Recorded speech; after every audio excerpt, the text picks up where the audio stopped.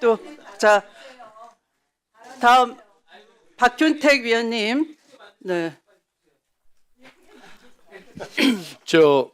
왜 항소를 하지 않았느냐 여러 가지 얘기를 합니다만은 유일하게 따지고 드는 것이 다른 것은 할 말이 별로 없는 것 같고 유일하게 따지고 드는 것이 범죄 수익을 추징받을 수 있는 그 기회를 놓치게 했다라는 것인 것 같습니다.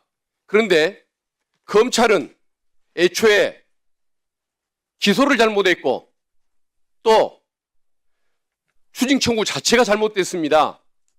지금 말씀하시는 피해 환수 주장 자체가 성립될 수 없는 것입니다.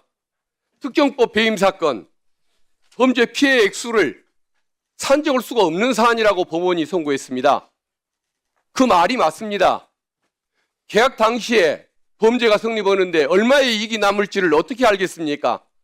이익 산정이 불가능한 것인데 이재명 전 시장을 잡아보겠다는 욕심으로 액수를 자기 마음대로 산정을 해서 특경법을 적용했습니다. 이 사건 항소해도 뒤집힐 가능성이 없습니다. 두 번째, 그 공직자 이해충돌방지법 이걸 얘기하는데 이게 그 성립한 이유가 서판교 터널 개설 이것과 관련한 공무상 비밀을 이용해서 이익을 얻었다라고 얘기를 합니다. 또 상대방에게 이익을 줬다고 합니다. 그런데 그 서판교 개설 계획이 이미 성남시 도시계획에 의해서 공표가 돼 있었던 상황입니다. 이미 시민들에게 공개가 된 지가 언제인데 그게 비밀이 될 수가 있습니까? 비밀도 아닌 것을 비밀이라고 우기는데 어떻게 이해충돌방지법이 유죄가 날 수 있겠습니까?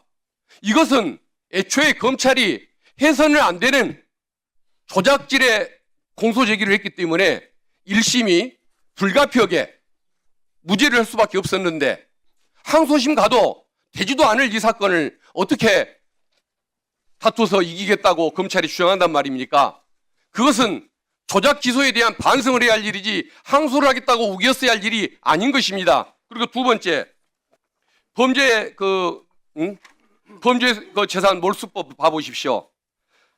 범죄 피해자가 사기 범죄에 대해서 범죄 피해자가 범인에 대한 손해배상 청구권을 행사할 수 없는 등 피해 회복이 심히 곤란하다고 인정하는 경우에 국가가 추징하라고 되어 있습니다.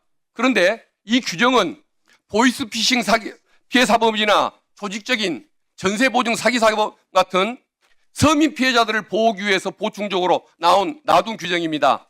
지금 성남도시공사는 새 시장에 의해서 이미 소송을 제기를 했고 그 소송이 유지가 되고 있습니다. 그런데 성남도시공사를 뭘 보호를 해주겠다고 법에 어긋나게 이런 추징을 청구한단 말입니까? 내용도 없고 절차도 잘못된 이런 항소, 기소도 문제이고 항소는 있을 수가 없는 겁니다. 그래서 지금 국힘 의원님들의 주장은 될 수가 없는 일을 주장하는 것입니다. 연못 보호라고 해야죠. 남해에 가서 물고기를 잡겠다는 것과 똑같은 것입니다. 그래서 지금 국힘 의원님들의 주장을 받아들이기 위한 이 회의, 저는 이 회의 개최 자체가 문제가 있다고 봅니다. 이상입니다. 네, 수고하셨습니다.